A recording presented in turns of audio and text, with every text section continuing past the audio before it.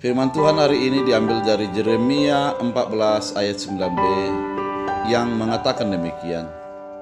Tapi di tengah-tengah menami doho, Tuhan ulang matadikon hami bang somon. Dalam bahasa Indonesia dikatakan, tetapi engkau ada di antara kami ya Tuhan, dan namamu diserukan di atas kami, janganlah tinggalkan kami. Demikian Bapak Ibu yang terkasih dalam Kristus Yesus, ketika kita mengalami perjalanan kehidupan, sebagaimana Yeremia mengalami kehidupan di dalam bangsa Israel, di mana bangsa itu penuh dengan keserakahan, penuh dengan dosa, dan ketika itu juga mereka menjadi di dalam penghukuman dan murka Allah.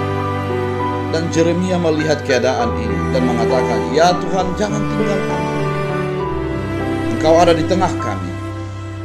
Kesadaran akan menyatakan bahwa Allah ada di tengah kita merupakan kesadaran iman.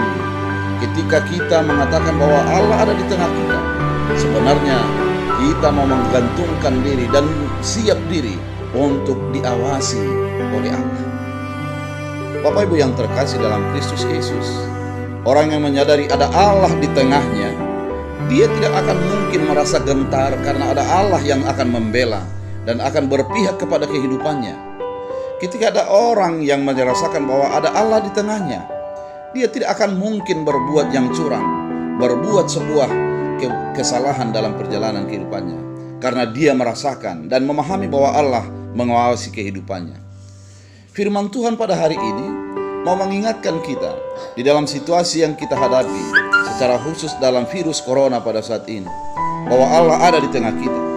Ketika Allah di tengah kita, memberikan kenyamanan, memberikan dan menjamin hidup kita bahwa di dalam penyertaan Allah. Ketika orang merasakan bahwa Allah tidak ada, di sana Allah akan muncul kekhawatiran. Ketika mengatakan bahwa Allah tidak ada di tengahnya, di sana ada muncul ketakutan. Namun ketika kita menyadari bahwa Allah ada di tengah kita dan kita memohon kepada Allah agar Allah tidak meninggalkan kita, di sanalah muncul ketenangan, di sana akan muncul sebuah kenyamanan batin dalam kehidupan kita.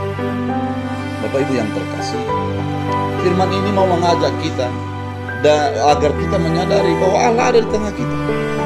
Allah bersama dengan kita. Allah tidak jauh daripada kita, ada di tengah kita. Kita hanya meminta, memohon kepada Allah agar Ia menyertai, melindungi, dan juga membela kita di dalam keadaan yang kita alami.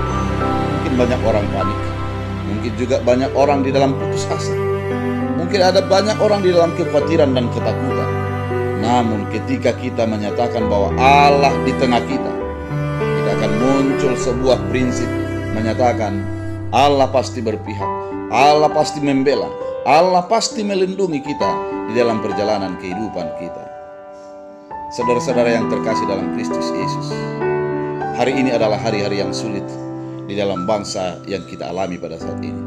Namun di dalam kesulitan yang kita alami, kita harus meyakini bahwa Allah ada di tengah kita. Kita harus meyakini bahwa Allah memihak kepada kita. Kita juga harus memahayakini bahwa di dalam perjalanan kehidupan kita, kita bersama dengan Allah.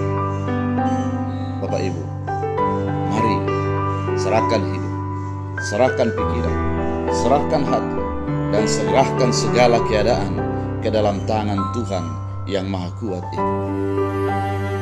Jangan andalkan diri, jangan andalkan pikiran, jangan andalkan perasaan, tapi andalkanlah Tuhan di dalam segala hal.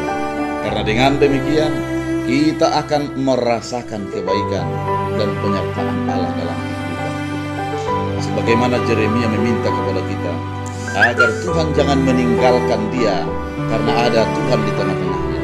Demikianlah kita hendaknya menjalani setiap hari-hari kita pada saat ini. Demikianlah kita menjalani setiap situasi yang kita alami, di mana Allah ada di tengah kita. Allah ada berpihak kepada kita. Allah ingin melindungi. Allah mau untuk memberikan jaminan kenyamanan dan ketenangan hidup di dalam perjalanan kehidupan kita.